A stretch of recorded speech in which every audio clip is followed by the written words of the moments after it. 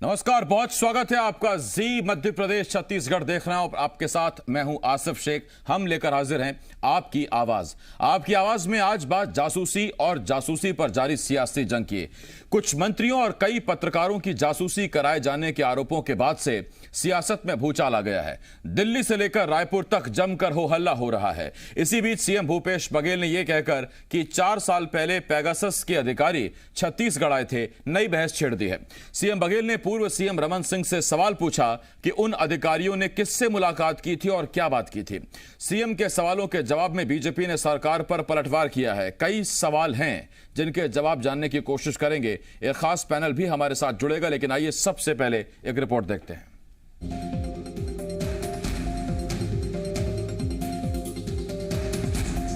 Pegasus जासूसी मामले की आंच अब देखते ही देखते दिल्ली से रायपुर पहुंच गई है। छत्तीसगढ़ में भी जासूसी कांड को लेकर सियासत में संग्राम शुरू हो गया है। मुख्यमंत्री भूपेश बघेल ने जासूसी कांड को लेकर केंद्र को तो निशाने पर लिया ही, साथ ही उन्होंने पूर्व सीएम डॉक्टर रमन सिंह और उनकी सरकार को भी आरोपों के कटघरे में खड़ा कर दिया। बघेल ने डॉक्टर रमन सिंह से सवाल पूछा है, क्या 2017 में पेगासस के अधिकारी छत्तीसगढ़ आए थे, और अगर आए थे तो उन्होंने किससे मुलाकात की और क्या बात की। वहीं दूसरी तरफ सरकार के साथ साथ कांग्रेस भी केंद्र को आड़े हाथों ले रही है। एक इजरायली कंपनी है NSO, और ये कहते हैं कि ये सॉफ्टवेयर केवल और केवल सरकार को ही बेचते हैं। और कल ही लोकसभा में मंत्री जी का बयान आया था कि सरकार का इसमें कोई हाथ नहीं है, क्योंकि वो कह रहे हैं कि हम केवल सरकार को ही सेवाएं देते हैं। भारत सरकार को बताना चाहिए उन्होंने सेवाएं उनसे डील हुई कि नहीं हुई, और डील हुई तो कितने की हुई, किससे हुई, कितने दिनों तक के लिए हुआ, और क्या क्या किया। मंत्रियों की जासूसी करा रहे हैं, विपक्ष के नेताओं की जासूसी करा रहे हैं, पत्रकारों सबसे ज्यादा डरते हैं, उनको सबसे ज्यादा पत्रकारों का जासूसी करवाया, जो एक्टिविस्ट हैं उनके जासूसी कराए, अन्य लोगों की जासूसी कराए। आखिर उद्देश्य क्या था? कांग्रेस सरकार जासूसी के लिए जहां केंद्र और डॉक्टर रमन सिंह की साजिश के आरोप लगा रही है, तो वहीं पूर्व सीएम रमन सिंह के साथ साथ बीजेपी ने भी अब बघेल सरकार पर पलटवार किया है। आप सपना आ रहे 17 से 21 हो गया। पेपर पढ़ के न्यूज बनाने वाले भारतीय कांग्रेस के लोग, तुमको 4 साल में होश नहीं आया कि कुछ हुआ था, नहीं हुआ था। पेपर पढ़ के सवेरे न्यूज जारी करने वाले, इनका इतना ही काम है कि दिल्ली में कुछ छपता है उसको फॉलो करो, सोनिया गांधी का जो निर्देश का क्रियान्वयन करो। वहां से जो आवाज आ गई, अब उनको 4 साल बाद याद आ रहा है कि इनके फोन टेप हुए थे। 4 साल कहाँ थे मेरे भाई? मेरी जानकारी में तो पेगासस कंपनी भूपेश बघेल जी की सरकार बनने के बाद भी आई थी, और उन्होंने यहाँ भी कोशिश की थी कि वो सॉफ्टवेयर खरीद लें। तो बीजेपी की सरकार में तो सॉफ्टवेयर नहीं खरीदा था, अब इन्होंने खरीदा होगा तो मालूम नहीं। अब सवाल ये है, क्या वाकई 4 साल पहले पेगासस के अधिकारी छत्तीसगढ़ आए थे? पेगासस के अधिकारियों ने छत्तीसगढ़ में किससे मुलाकात की थी? और सबसे बड़ा सवाल ये, सरकार से अधिकारियों की हुई मुलाकात के कांग्रेस के आरोपों में कितना दम है? रजनी ठाकुर के साथ ब्यूरो रिपोर्ट, जी मीडिया, रायपुर।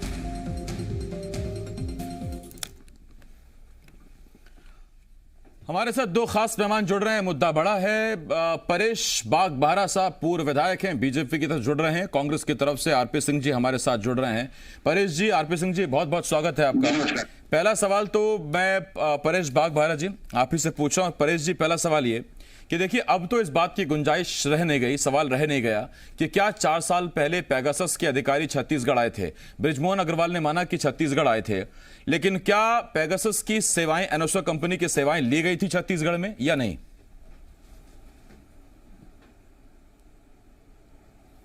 देखिए, बृजमोहन अग्रवाल जी ने कहा है कि पेगासस के जो अधिकारी है अभी आदरणीय भूपेश जी की सरकार के समय छत्तीसगढ़ में आए होंगे, और उन्होंने अपनी सेवाएं देने की बात भूपेश सरकार से की होगी। उन्होंने ये बिल्कुल नहीं कहा कि भारतीय जनता पार्टी के शासनकाल में पेगासस के अधिकारी यहाँ पर आए थे। ये तो ऐसा है कि जब दिल्ली के कांग्रेस हेडक्वार्टर में या 10 जनपद में पानी बरसता है, तो यहाँ के कांग्रेस वाले जो है छाता ओढ़ करके बाहर निकल जाते हैं। ये इनका कांग्रेस का पुराना इतिहास रहा है जासूसी करने का। ये वो लोग हैं जब यहाँ के वित्त मंत्री जी यूपीए सरकार के समय में प्रणब मुखर्जी जी, जो बाद में राष्ट्रपति भी हुए, उन्होंने बाकायदा लिख करके मनमोहन सिंह जी को बोला था कि चिदम्बरम जी जो यहाँ के गृह मंत्री हैं, ये उनके फोन को टेप करवा रहे हैं। और इनका इतिहास तो आप जानते हैं, जब चंद्रशेखर जी की सरकार थी तब 2 हरियाणा के सिपाही राजीव गांधी जी के आसपास घूमते देखे गए, इस कारण उन्होंने सरकार गिरा दी। 2013 तो अखबार भरा पड़ा था कि हजारों लोगों के फोन टेप हो रहे थे। ये लोग जो केंद्र में यशस्वी प्रधानमंत्री की सफल सरकार है और यहाँ पर जो कांग्रेस की असफल सरकार है, उसकी एक जासूसी फिल्म बनाने की कोशिश कर रहे हैं। तो क्या वजह है परेश जी की इस सफल सरकार को तमाम विदेशी एजेंसियां असफल बताने में जुटी हुई हैं? अखबार एजेंसियां वो दावा कर रहे हैं कि 50 देशों में जासूसी हुई, उसमें भारत का नाम भी है, कई पत्रकारों मंत्रियों के बताया गया टेपिंग हो रही है। देखिए, अभी संसद सत्र चल रहा है और संसद से लगातार कांग्रेस वहां से भाग रही है, बहस में हिस्सा नहीं ले रही है, ताकि ये जो झूठ फैलाना चाहते हैं। और मुझे तो लगता है कि जिस प्रकार से जब यहाँ पर अमेरिका के राष्ट्रपति दिल्ली आए थे ट्रंप जी, उस समय दिल्ली में इन्होंने दुनिया भर का हंगामा किया था, वहां पर बम विस्फोट किया था, ताकि अंतर्राष्ट्रीय स्तर पर मोदी जी की सरकार बदनाम हो जाए। ये लोग वो हैं जो अंतर्राष्ट्रीय स्तर पर ऐसा लगता है कि जो यहाँ की भारत की सरकार आगे बढ़ रही है, पूरे विश्व में उनका नाम चल रहा है, उनको जो बदनाम करने वाले तत्व हैं, उनसे ये सुपारी लेकर वो सक्रिय हो गए। ठीक, मैं लौट रहा हूँ आपके पास। देखिए, दिलचस्प बात देखिए कि एक तरफ बीजेपी ये कह रही है कि ट्रंप जब भारत में आए थे तो उसके बाद से अंतर्राष्ट्रीय पटल पर या स्तर पर भारत की छवि धूमिल करने की कुछ विदेशी ताकतें कोशिश कर रही हैं। तो कांग्रेस का ये कहना है कि जब प्रधानमंत्री इजराइल गए थे उसके बाद से ये पूरी डील हुई या इस तरह की चीजें शुरू हो गई। आरपी सिंह जी, अब मैं आपके पास आ रहा हूं। आरपी सिंह जी, सवाल तो पूछने बैठा था परेश जी से मैं ये कि 4 साल पहले पेगासस के अधिकारी आए थे तो किससे मुलाकात की, क्या बात हुई, डील हुई थी कि नहीं हुई? यहां तो उन्होंने पूछ लिया है, बृजमोहन अग्रवाल पूछ रहे हैं कि भूपेश बघेल की सरकार में भी पेगासस के अधिकारी आए, आपने सॉफ्टवेयर लिया कि नहीं लिया, उन्हें नहीं मालूम। पहली बात तो आदरणीय परेश भाई हमारे बड़े भाई हैं, लेकिन बड़े दुख के साथ कहना पड़ता है कि अब वो पुराने मॉडल के नेता हो चुके हैं। उनको फोन टेपिंग और फोन हैकिंग का अंतर भी नहीं मालूम है। इस बात का मुझे दुख है, थोड़ा पढ़ेंगे तो शायद अंतर समझ में आ जाएगा। दूसरी बात, वो कांग्रेस पार्टी से बीजेपी में गए हैं तो नए भाजपाई हैं। अभी झूठ बोलने की उतनी प्रैक्टिस उनकी हुई नहीं है। जिस दिन अच्छे तरीके से बोलना सीख जाएंगे, उस दिन हो सकता है राज्य का मुख्यमंत्री बन जाए और कल को आगे चल के मोदी जी की जगह भी ले ले। अब बात आती है बृजमोहन जी की। तो अगर इजराइल का कोई नागरिक उससे पहले से मैं भाजपा में था, आप राजनीति में नए आए। सुन लीजिए परेश जी, एक मिनट, परेश जी मत बोलिए। आरपी सिंह जी, आप मुद्दे पर आ जाइए सर। हाँ, थोड़ा सा सीख लीजिए बात कैसा करना है। अरे चुप रहो, एक मिनट परेश जी, एक मिनट चुप रहो। अरे आरपी सिंह जी, नहीं, आप मुद्दे पर आ जाइए सर, व्यक्तिगत छोड़ दीजिए, आप आ जाइए, मुद्दे पर आ जाइए। दूसरी बात, बृजमोहन जी यहाँ मंत्री रहे 15 साल लगातार। इतनी समझ तो उनको है ना कि इजराइल का अगर कोई नागरिक छत्तीसगढ़ आता है तो केंद्र सरकार से वीजा लेना पड़ता है, केंद्र सरकार की अनुमति शामिल होती है। तो अगर इजराइल से कोई आदमी छत्तीसगढ़ आ जाता है और केंद्र की मोदी सरकार को पता नहीं चलता, इसका मतलब मोदी सरकार निकम्मी है। मैं नहीं कह रहा हूं, बृजमोहन जी कह रहे हैं और भाई परेश बाग बहरा जिसको दोहरा रहे हैं टेप रिकॉर्डर जैसे, बिना अपना दिमाग लगाए। अब इन्होंने कहा कि मोदी जी की महान शख्सियत के चलते शान बढ़ी है। तो हाँ साहब, शान तो बढ़ी है। और जासूसी का जो उनका इतिहास है, ये इंडिया टुडे है, थोड़ा पास से दिखा देता है इंडिया टुडे। ये तारीख है साहब 4 दिसंबर 2013। अमित शाह का जासूस जैसा इसमें फोटो है और नीचे लिखा है साहब, बेबी और गुलाम। तो साहब कौन है और गुलाम कौन है? बेबी का तो आज तक पता नहीं चला। ये तथ्य बताते हैं कि जब मोदी जी प्रौढ़ अवस्था में थे तब लड़कियों की जासूसी किया करते थे। अब बूढ़े हो गए हैं, बुजुर्ग हो गए हैं, तो देशवासियों की जासूसी कर रहे हैं। ऐसा बेगैरत प्रधानमंत्री किसी देश में है क्या? दूसरी बात, पेगासस सॉफ्टवेयर जिन 45 देशों में इस्तेमाल होता है, आसिफ भाई कुछ देशों का नाम बताता हूं, आप खुश हो जाएंगे। Azerbaijan, Bahrain, Hungary, Mexico, Morocco, Rwanda, Saudi Arabia, ये वो मुट्ठी मुट्ठी भर के देश हैं जहां ये सॉफ्टवेयर इस्तेमाल होता है। इनमें बहुत सारे देश हैं जिसमें लोकतंत्र है ही नहीं। भारत के बराबरी छोड़िए, 1/4 की बराबरी का कोई देश नहीं है। तो आखिर आप इतना डरते क्यों हैं? डरते क्यों हमें आप बताता हूं। रंजन गोगोई जी साहब चीफ जस्टिस ऑफ इंडिया थे। देश के इतिहास में पहली बार उनके ऊपर दुष्कर्म का आरोप लगा एक महिला ने, पहली बार सुप्रीम कोर्ट की चीफ के ऊपर। और वह है पेगासस। पेगासस ने पहले रंजन गोगोई का फोन टेप किया, फिर उस महिला का फोन टेप किया, फिर उसके पिता का फोन टेप किया, और बाद में उस मामले से रंजन गोगोई को पाक साफ मोदी जी की सरकार ने निकाल लिया, क्योंकि उस मामले की जांच खुद रंजन गोगोई ने की। जो आरोपित व्यक्ति था उसी ने अपनी जांच की और अपने आप को पाक साफ घोषित कर दिया। और फिर पेगासस की माया देखिए, राफेल का मामला सुप्रीम कोर्ट में था। सुप्रीम कोर्ट में रंजन गोगोई ने कह दिया कि राफेल का मामला सुनने लायक नहीं। और उसके बाद जैसे ही रिटायरमेंट हुआ, उसके 1 महीने के अंदर वो राज्यसभा सांसद बना दिए गए। ये है पेगासस।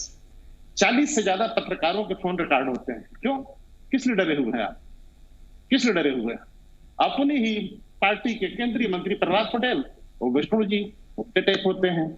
आप क्यों डरे हुए हैं? ठीक। आरपी सिंह जी, देखिए एक सवाल जो डॉक्टर रमन सिंह ने पूछा है, उन्होंने पूछा कि 17 में अगर पेगासस के अधिकारी आए भी, मुलाकात हुई भी, सॉफ्टवेयर खरीदने बेचने की बात हुई भी, मैं नहीं कह रहा कि खरीदा गया या बेचा गया, तो उस वक्त आप 18 में सरकार में आ गए थे, तो आपने उसी वक्त इसका खुलासा क्यों नहीं किया?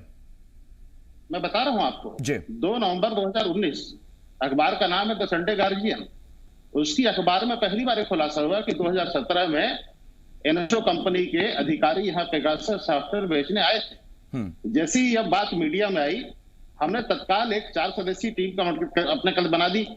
टीम ने प्रारंभिक जांच में यह पाया कि इजराइल से अधिकारी यहाँ आए थे, लेकिन जो सरकार के मुहलगे अधिकारी थे उस समय, आपने भी देखा होगा कि हमारी सरकार जैसे ही आई, चिप्स और पुलिस मुख्यालय से 1 ट्रक दस्तावेज लाकर गोपनीय स्थान पर जला दिए गए। सभी अखबारों में ये फ्रंट पेज खबर थी। बाद में हमने ये पाया कि उस मुलाकात के जो सबूत थे, वो सबूत ही नष्ट कर दिए गए हैं।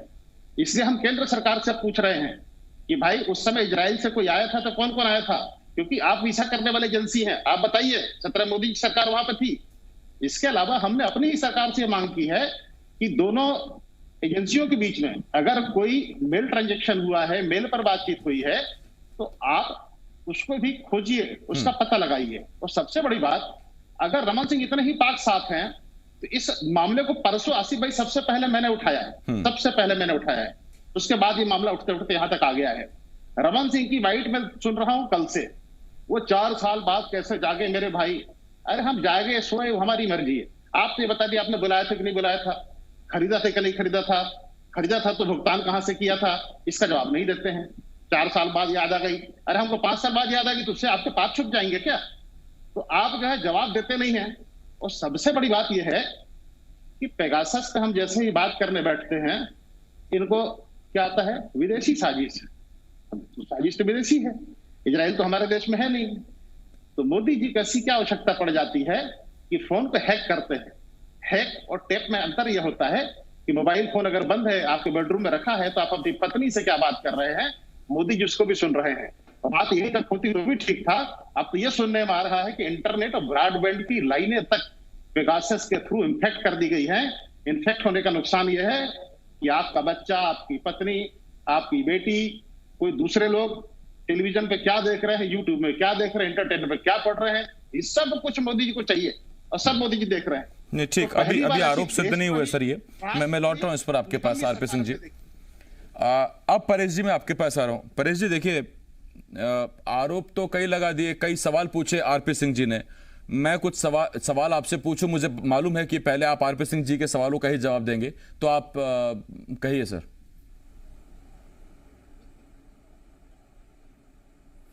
देखिए, ये सिंह साहब में बुद्धि की कमी है। ये रट के आ जाते हैं, नए नए सरकार में आए हैं, परेश जी यही मैंने आरपी सिंह जी से कहा था, यही मैं आपसे कह रहा हूं सर। व्यक्तिगत नहीं, ये परंपरा कभी नहीं रही सर जी मध्य प्रदेश छत्तीसगढ़। इन्होंने कहा मुद्दे पर, हाँ सर। पुलिस जो है इनकी पुलिस है, इनकी सरकार है। ये जो है पुलिस इनकी है, सरकार इनकी है। ये डिजिटल दुनिया है। सारी चीजें डेटाबेस हैं, डेटा का लिंक करें, कब आए, क्या हुआ, क्या नहीं हुआ।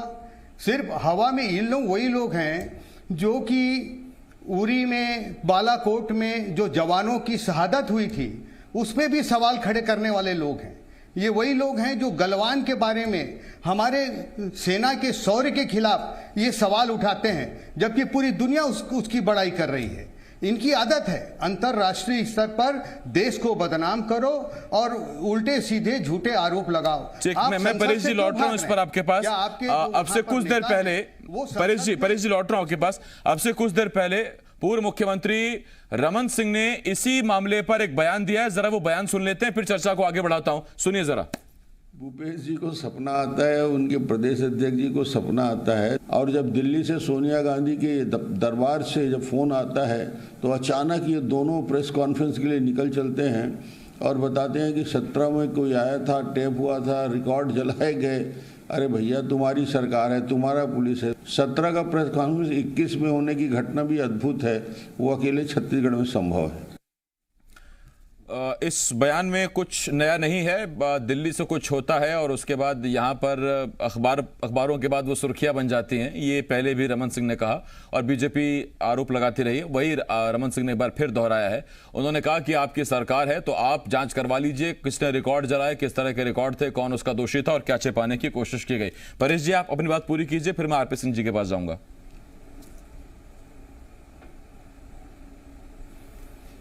जो जासूसी कांड के बारे में दिल्ली से लेकर के यहां तक नेता जो उछल कूद कर रहे हैं, कुछ अपना सबूत तो पेश करें।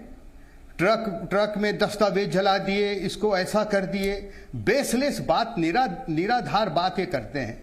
इतना इन्होंने राजनीति का स्तर गिरा दिया है दिल्ली से लेकर छत्तीसगढ़ तक। इसी कारण पूरे देश में कांग्रेस सिमट गई।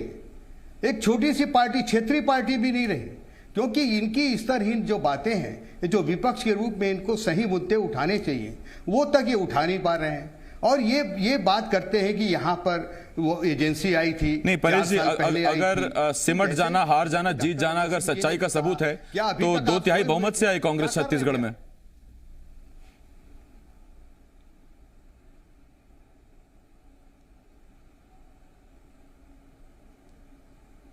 परेश जी लौट रहा हूं मैं आपके पास। आरपी सिंह जी, आपके पास आ रहा हूं। आरपी सिंह जी, रमन सिंह जी ये कह रहे हैं, रमन सिंह का ये कहना है कि किसने दस्तावेज जलाए, आप विपक्ष में नहीं, आप सरकार में, आप ढूंढ निकालिए उस शख्स को और जानने की कोशिश कीजिए कि क्या छुपाने की कोशिश की गई थी। कहने से काम नहीं चलेगा। रमन सिंह का बयान अभी सुना आपने। देखिए, मैंने जो बयान अभी सुना और जो दिन पहले सुना, दोनों में अंतर नहीं है। मैंने कहा ना, एक जैसे बयान। रमन सिंह इस बात का जवाब क्यों नहीं देते कि इजराइल से कोई आया था कि नहीं आया था। आया था तो किन किन लोगों से उनकी मुलाकात हुई थी, सॉफ्टवेयर खरीदा तो कितने में खरीदा, भुगतान कहां से हुआ। इन बातों का जवाब अभी भी अनुत्तरित है। रमन सिंह सिर्फ गोल गोल बात करते हैं और निकल जाते हैं। दूसरी बात, जांच चल रही है, कमेटी बनी है। जिस दिन मेरा दावा है वो कागज जलाने वाले लोगों तक जांच पहुंचेंगी, फिर भारतीय जनता पार्टी का कोई नेता बिलासपुर हाईकोर्ट की तरफ रुख करेगा, अदालत में खड़ा हो जाएगा, माई बाप जांच को रोक दीजिए। जैसे आपने देखा नान घोटाला 36,000 करोड़ का था, हमने जांच करानी शुरू की, नेता प्रतिपक्ष धर्मलाल कौशिक जी हाईकोर्ट में खड़े हो गए, माई बाप इसकी जांच को रोक दीजिए। झीरम घाटी की जांच हुई, हमने जांच शुरू की, एनआईए हाईकोर्ट चली गई, माई बाप इसकी जांच रोक दीजिए। और अभी आपने देखा होगा कि 7 दिन पहले उस पूरे घटना का मास्टरमाइंड विनोद, जिसके ऊपर यह आरोप था कि उसने नंद कुमार पटेल जी और उनके बेटे की हत्या की थी, वो कोविड से मर मिटा। यानी सबूत जब तक खत्म ना हो जाए तब तक भारतीय जनता पार्टी उसकी जांच करने ही नहीं देना चाहती। अब आता मुख्य बात, इन्होंने गलवान की बात की, इन्होंने अपने ऊटी की बात की। भाई, फौज के पीछे छुपना, देश की आड़ के पीछे छुपना। नहीं आरपी सिंह जी, देखिए फौज का सम्मान आप भी करते हैं, परेश जी भी करते हैं, मैं भी करता हूं, और आधे घंटे में फौज भी समेट लूं, पेगासस भी समेट लूं, गलवान भी, वो थोड़ा मुश्किल हो जाएगा मेरे लिए। आरपी सिंह जी लौट रहा हूं, आखिरी 30 सेकंड दे रहा हूं परेश जी। परेश जी, मैं आपसे सिर्फ इतना पूछ रहा हूं कि यदि आपसे एक सियासी दल ये पूछ रहा है कि क्या पेगासस के अधिकारी आए थे, क्या आपने उनसे उनकी सेवाएं ली, तो इसमें हां या ना का स्पष्ट उत्तर क्यों नहीं दिया जा सकता? या तो अगर नहीं आए हैं तो आप सीधे सीधे मना भी कर सकते हैं, और अगर आए हैं तो आप स्वीकार कीजिए। ये बीच में ऐसा क्यों है, ये इतना उलझा क्यों है जवाब?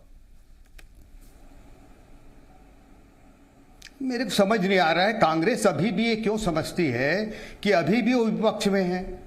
आप सरकार में हैं, पुलिस आपकी है, सरकार आपकी है, और आप अपनी दिल्ली कांग्रेस पार्टी की यहाँ पुलिस चौकी खोल के बैठे हुए हैं लोगों को फंसाने के लिए। आप जांच कीजिए ना, आप सवाल क्या करते हैं? जांच कीजिए, सबूत पेश कीजिए। ठीक है सर। वैसे आज तक जब भी देखिए छोटे से छोटे बड़ा से बड़ा मामला हो, आरोपी से पूछिए आपने जुर्म किया, वो कहता है नहीं किया, या कोई बहुत ईमानदार होगा तो वो कहता है किया। लेकिन जब ये कहने लगे कि नहीं आप जांच कर लीजिए फिर देखेंगे हमने किया कि नहीं किया, वो बड़ा दिलचस्प है। दलीलें कांग्रेस की अपनी तरफ से, बीजेपी की अपनी तरफ से। जांच होगी तो शायद मालूम चलेगा कि क्या पेगासस के अधिकारी आए थे। ये तो देखिए अब तक के बारे में बताया जा रहा है कि आए तो थे, डील हुई कि नहीं हुई, पेमेंट दी गई कि नहीं दी गई तो कैसे दी गई, उन सेवाओं से किसकी हैकिंग की गई, किसका स्पाइंग की गई, वो बहुत बड़े सवाल हैं। शायद उनका जवाब कुछ वक्त बाद मिले। बहुत धन्यवाद आरपी सिंह जी, परेश जी हमारे साथ जुड़ने के लिए। परेश बागबहरा साहब, आरपी सिंह साहब हमारे साथ जुड़े हुए थे।